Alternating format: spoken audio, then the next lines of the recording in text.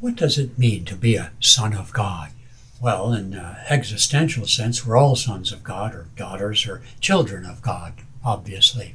It's that we, in delusion through many incarnations, have become identified with this human form, identified with the world, and are all busy seeking what the world offers and hoping thereby to avoid what the suffering and sorrows that incarnation in human form offers as well. It's like we're running, but we'll never get it that way.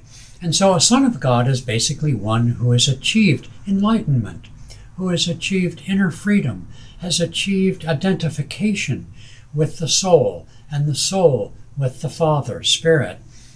And there are other technical ways that Paramhansa Yogananda, who we represent, whose teachings we represent here at Ananda, there are other more technical ways to define a son of God.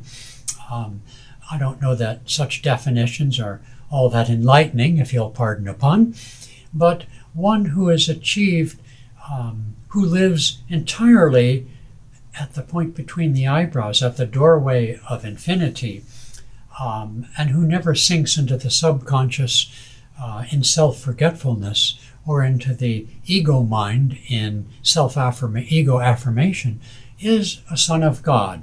Such a soul may still have past karma to work out, but achieving samadhi, which is a state of oneness with the Spirit.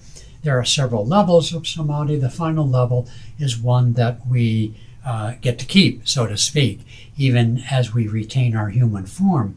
And such a soul, called a jivan mukta, has past karma to work out, but such a soul can work that out quickly or not so quickly for various reasons, and so forth. So a son of God is basically one who has achieved union with God, has transferred their self-definition from the human form and from the ego to the soul, and the soul then to the Spirit. And so such a one can walk this earth in human form, freed from error and ignorance. Now, in such a form, it doesn't mean that person is always omniscient with respect to where my cell phone is and mundane things like that. An incarnate soul, even enlightened soul, still has to put up with the joys and sorrows of human life, but at the same time inwardly is free from attachment. Okay, they might grieve at the loss of a loved one because that's the human and appropriate thing to feel, but that doesn't stay with them, and so on. They may feel physical pain, and yet they have the power to even transcend that pain, but they may have reasons to accept that pain and sorrow and so forth, perhaps in the training of disciples, let us say, and so on. So they participate in the human drama as appropriate to their purpose in being in human form.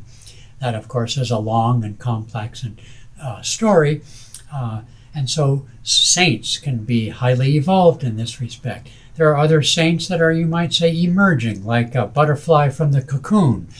But those with the greatest powers are those who have achieved full liberation in a past incarnation and who return to earth to uplift, if not all of humanity at once, at least those who are theirs. As Jesus said at the Last Supper, he acknowledged that the Father had sent to him the disciples and others to train and uplift. And so such a one obeys the will of the Father, as Jesus accepted the trial of crucifixion at the behest of his Father. Okay, so we should all aspire to be a son of God in this lifetime by walking the spiritual path with depth of intensity, with depth of sincerity, and with depth of devotion to the Supreme Lord.